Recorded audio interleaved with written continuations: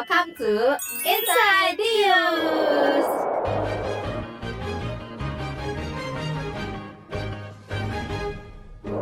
Oke guys, jadi video kali ini kita akan membahas mengenai kasus pedagang es gabus yang dituduh pakai spons bedak. Gitu. Iya. Tahu kan si Tahu kasusnya? lah. Itu berawal dari video di tanggal, aku nggak tahu tanggal berapa ya videonya, coba beredar. Ada salah satu orang cewek yang dia tuh bikin video soal es gabus yang diremes-remes sama dia. Jadi dia tuh menuduh si bapak ini tuh katanya pakai spons bedak. Enggak. Iya. Ini berbusa nih. Awalnya tuh dari situ. Dari situ. Jadi dia kayak ngeliatin di videonya itu lihat es gabusnya nih, katanya ini pakai spons bedak gitu-gitu kan. Dari video itu aku nggak tahu jaraknya berapa lama, pokoknya masuk laporan ke call centernya polisi 110. Itu yang dari si orang yang video itu. Bukan, ternyata yang lapornya beda orang lagi. Ada yang lapornya atas nama Muhammad Arif ini ya. Dia lapornya tanggal 24 ke kantor polisi. Dia melakukan laporan ke situ dengan tuduhan kalau Pak Sudrajat ini yang pedagang es gabus itu menggunakan bahan berbahaya yaitu sejenis PU atau yang biasa dipakai untuk busa kasur atau spons cuci piring dan lainnya seperti itu. Dia bikin laporan ke sana. Itu tuh buat es gabusnya aja atau enggak? Dia tuh jualan banyak macem kan, kayak es gabus, agar-agar juga ada, kue-kue yang lain juga ada gitu. Tapi kalau untuk yang laporan ini masuknya fokusnya di es gabusnya itu.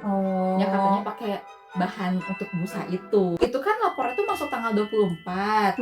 Videonya tanggal 24 juga. cepet ya. Ternyata cepet banget ya ditindaknya Langsung ini. ditindak Iya. ya. Di video gimana sih emang itu di videonya? Jadi aku ceritanya dari kronologis Pak Sudrajatnya aja dulu ya. Boleh. Jadi Pak Sudrajat itu cerita kalau misalkan pas tanggal 24 itu dia tuh ya kayak jualan aja kayak biasa kan. Kayak dari jam 4 pagi itu dia udah pergi ke Depok buat ngambil es gabus itu dari produsennya. Jadi dia tuh nggak bikin sendiri ternyata, ada produsennya. Nah udah gitu tuh dia balik lagi ke Kemayoran, udah gitu jualannya di dekat-dekat sekolah situ kan. Nah udah gitu pas jam 10 tiba-tiba kata dia tuh ada 4 atau 5 orang gitu beli es gabusnya. Nah dia tuh kayak oh ya udah gitu kan, nggak apa-apa udah gitu tiba-tiba es gabusnya mah kayak diremes-remes gitu loh. Tiba-tiba dihancurin gitu depan bapaknya. Udah gitu dilemparin gitu ke mukanya. Nyampe luka di sini katanya di pipinya. Udah gitu dia kayak dituduh kalau misalkan si es gabusnya tuh kayak racun gitu loh, kayak bahaya gitu mungkin ya. Kayak ada bahayanya gitu. Nah udah gitu dia ditendang, dipukul katanya sama oknum ini. Oknumnya itu siapa sih sebenarnya? Nah ternyata oknumnya itu ada satu Babinsa Serda Heri sama Babin Kaptipmas Aitu Iwan. Oh 2 orang berarti. Dua Saya aslinya 2 orang ya. katanya sih 4 atau 5 orang, tapi yang di video viral itu cuma 2 orang itu yang masuk Instagramnya tuh. Makan nih, Harus hati-hati. makan habisin, ngambil telan. Yang motor biar kamu ya, jangan anak-anak kecil ya. Dan di video itu 2 orang itu dia kayak ngasih edukasi lah, kayak ngasih tahu kalau misalkan es gabus yang dijual sama Pus Sudrajat itu ada zat berbahayanya. Kayak katanya dari gabus kan, katanya tuh. Karena mungkin mereka berdasarkan dari laporan sebelumnya mungkin ya. Nah, akhirnya kayak Gitu. mereka datang udah gitu. Tapi kayak mereka langsung aja gitu, kayak langsung ngambil terus kayak kira kalau misalkan ya itu gabus, kayak nyampe dia ngebandingin kalau misalkan gabus tuh dibakar kayak gimana sama waktu es gabusnya dibakar kayak gimana, dan ternyata ya ini kan kayak menurut mereka itu tuh sama. Terus pas itu tuh udah diremes-remes nih ceritanya kan, si es gabusnya tuh Bapak Sudrajatnya masih disuruh buat makan.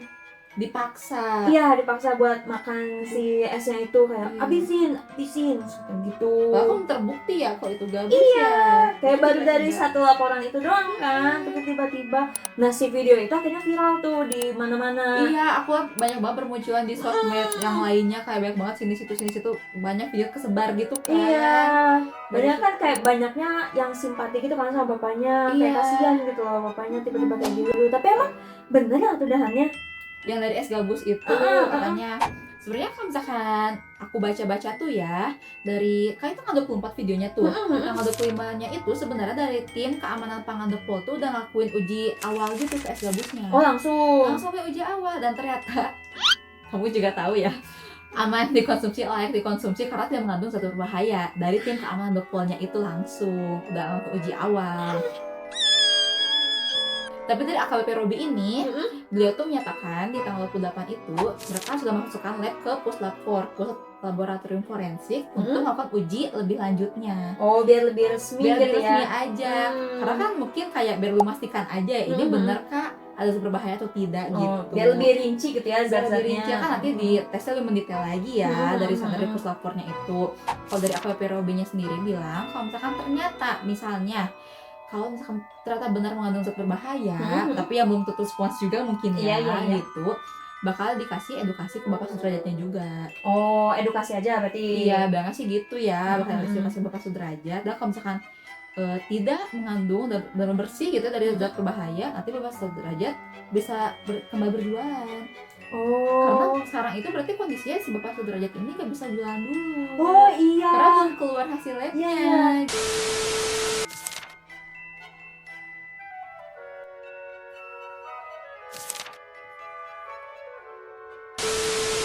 Tapi kan ini kan bukan punyanya Pak Sudrajat ya? Ini kan esnya kan bukan dari... Nah tadi kan bilang jam 4 pagi dia ngambil dari produsen ya. Jadi emang sebenarnya ada produsennya si es gabus ini tuh. Bapak Sudrajat cuma buat perjualan aja, bukan dia yang bikin. Nah produsennya itu ada Ibu Narsumi namanya. Ibu Narsumi itu dia produsen es gabus yang dia juga tuh menjajakan si jajanannya tuh bukan ke Pak Sudrajat doang, tapi ada 5 pedagang. Dia sama dia tuh sebagai produsen, dia tuh ngasih ke 5 pedagang lainnya, kayak gitu. Bapak Sudrajat ini salah satunya. Dari artikel yang aku baca itu di tanggal 29, Ibu Narsumi itu dia diinterview kan. Dan dari situ tuh Ibu Narsumi juga bilang kalau misalkan es gabus itu dia pakai bahan-bahan yang aman-aman aja, gak ada aneh. Logikanya dia tuh jual dengan harga murah 500 perak aja ya. Kalau pakai spons bedak itu harganya lebih dari harga modal gitu. Maksudnya nggak make sense, malah rugi sendiri.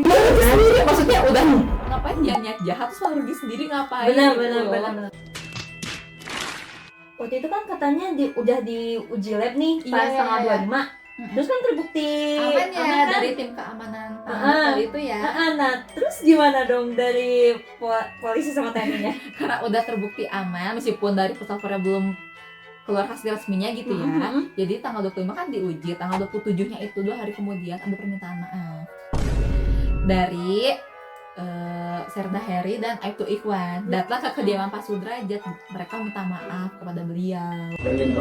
Mohon maaf atas apa yang terjadi. Kami minta maaf dari dalam hati yang paling dalam ke Pak Darat karena ada kesalahan di wilayah Pak. Ya. Bilang kalau misalkan ternyata mereka juga ada hilafnya dan berharap Bapak Sudrajat ridho atas permintaan maaf mereka. Insya Allah kedepannya kamu ngalami masalah ini lagi. So, kedepannya gak ada masalah lagi gitu. Jadi minta maaf ya, minta maaf ke Bapak Sudrajatnya. Tapi kan minta maaf aja agak kurang ya gitu ya. Sebenarnya nggak cuma minta maaf ternyata. Oh ada yang lainnya. Ada yang lainnya. Pak Sudrajat itu waktu tanggal 27 Januari Pas minta maafnya juga berarti itu ya? Minta maafnya kan? minta maaf malam. Iya malam di videonya. Nah sorenya Pak Sudrajat itu dikasih motor ternyata. Oh sebelumnya ternyata dikasih motor sama Kapolres Metro Depok. Oh. Iya, karena kan masih yuridiksinya katanya. Iya. Nah, jadi dia itu dikasih motor sama kayak modal gitu loh, uang modal usaha. Ya, uang modal usaha katanya. Karena mereka ngerasa pedulilah gitu sama Bapak Sudrajatnya gitu, karena udah ada tindakan kayak gitu yang mereka ngerasa peduli. Jadi dikasih motor. Nah, nggak cuma motor doang ternyata. Oh, ada lagi. Oh shit. Here we go again. Bapak Sudrajat waktu tanggal 29 Januari. Oh setelahnya ya. 2 hari setelahnya. Waktu malam dari Kodim Jakarta Pusat, dia itu dikasih gerobak Gerobak es campur. Oh es campur. karena nggak bisa jualan dulu mungkin ya sementara ya Iya, dikasihnya itu. nah selain itu juga karena kan dia kan dari produsennya ya dari Ibu Narsumi itu ya. Nah, jadi kayak dari Kodimnya tuh kayak ngerasa kayak daripada dia ada produsennya terus kayak cuma jualan doang, mending jual mandiri gitu. Oh dari sendiri semuanya gitu ya. Makanya dikasihnya gerobak es campur bapaknya. Itu kan yang ngasihnya Brigjen TNI Doni ya. Nah pas itu tuh selain ngasih gerobak es campur, dia juga ngomong ke wartawan kalau misalkan ternyata Babinsa Serda Heri itu udah Oh iya ya. udah di sidang, Oh udah. udah menjalankan sidang hukuman disiplin situ tuh dan kena sanksi. Oh ada sanksinya apa? Ada sanksinya, dia tuh sanksinya 21 hari Itu tuh hari. di penahanan. ya penahanan sama sanksi administratif. Oh 21 hari. 21 hari. Oh. Tapi aku nggak tahu nih kalau misalnya dari polisinya gimana. Kalau soal polisinya itu aku sempat baca-baca kok dari Kabid Humas Polda Metro Jaya Kombes Budi beliau menyatakan katanya belum ada tindak penganiayaan dari Aibtu Ikhwan dan Pak Sudrajat, jadinya belum bisa diproses secara lanjut untuk tindak pidana sanksinya. Jadi menurut mereka masih belum bisa terbukti sebagai penganiayaan. Jadi belum ada sanksi, katanya kan udah ada langsung keluar sanksi ya, hukuman 21 hari penahanan Iya, penahanan gitu itu. kan. Kalau dari Polri-nya belum sebenarnya.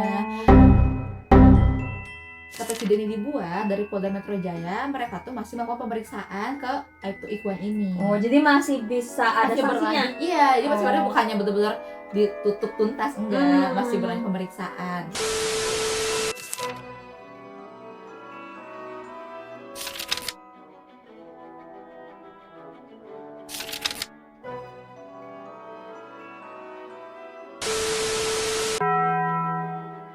Berarti sebenarnya tindakan itu kan nggak dibenarkan ya, tindakan ini tuh. Iya, benar. Ada tindak lanjut yang seharusnya nggak sih sebenarnya? Jadi kalau misalkan kata Direktur Eksekutif dari Institute for Criminal Justice Reform, Oh, ICJR Itu- ya. ya ICJR itu Erasmus, kata dia sebenarnya tindakan ini tuh bisa jadi kena pasal 529 sama 530 KUHP. Soalnya ini kan kayak dia tuh dipaksa untuk memberikan keterangan kan. Iya, Kayak iya. dipaksa kalau misalnya ini tuh racun nih, ya enggak kayak gitu kan. Intimidasi lah ya. dari Nah, ibunya. sama ada tindak penganiayaan juga kan. Ada maksudnya Kekerasannya dari ya, situ. jadi kayak itu bisa jadi kena pasal itu dan katanya itu tuh ancamannya tuh sebenarnya 7 tahun penjara. Harusnya 7 tahun. Harusnya. Kata Erasmus juga kalau misalkan ujung-ujungnya cuma minta maaf kan kayak malah takutnya dinormalisasi ya. Iya betul.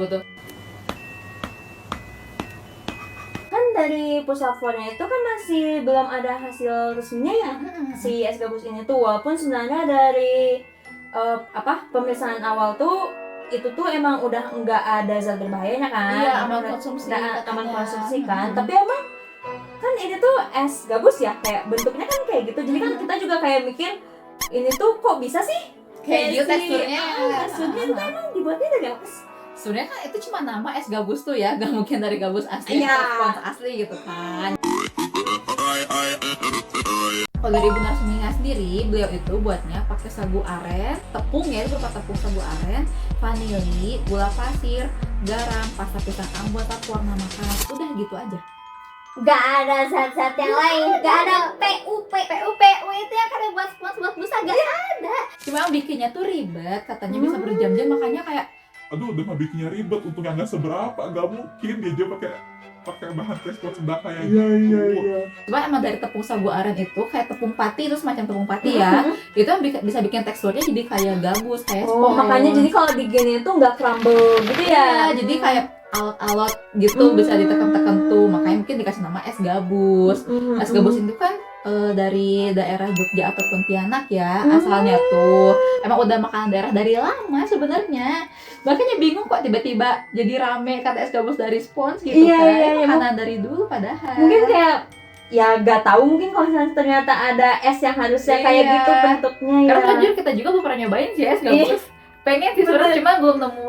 Di Bandung Tukang ini dagang tuh ya. kayak Masih jarang ya, jadi susah ditemuin kayaknya. Nanti kalau ada mungkin next time kita bisa cari lah. Iya benar, kita bisa Es review gabus. mungkin. Iya, bisa review gimana rasa es gabus ini, teksturnya Iya, bagaimana gitu. Benar. Oke, berarti dari kasus ini kita belajar ya. Sebenarnya kalau misalnya kita menemukan kasus-kasus seperti mungkin menemukan makanan yang agak aneh, Aneh ganjil buat kayak kita gitu ya, buat gitu ya. kita nggak bisa asal main lapor, bisa asal Iya. tuduh pakai zat Bener-bener. berbahaya kayak gitu. Terus langsung di disebarin di media sosial. Iya, padahal belum berdasar tuduhannya Terus kan. kan ada kekerasannya juga Iya. ya, kayak janganlah gitu. Jangan kayak gitu, maksudnya harus terbukti dulu emang bener bersalah, baru bisa emang sesuai clear gitu kan. Ini kan masih belum tahu si es gabusnya tuh sebenarnya Iya. ada zatnya atau enggak Iya, kan. jadi jangan asal main tuduh aja gitu. Benar. Oke, cukup yang kita bahas hari ini. Mm-mm. Kalau kalian suka video seperti ini boleh like, komen juga di bawah. Boleh komen soal kasus-kasus lainnya biar kita bahas Ya, bareng-bareng. atau mungkin kayak komentar kalian mengenai kasus ini Bagaimana? gimana? Coba pendapat kalian mengenai kasus ini, komen aja di bawah. Terus jangan lupa subscribe, nyalain juga notifikasi biar gak ketinggalan video dari kita. Oke? Bye-bye!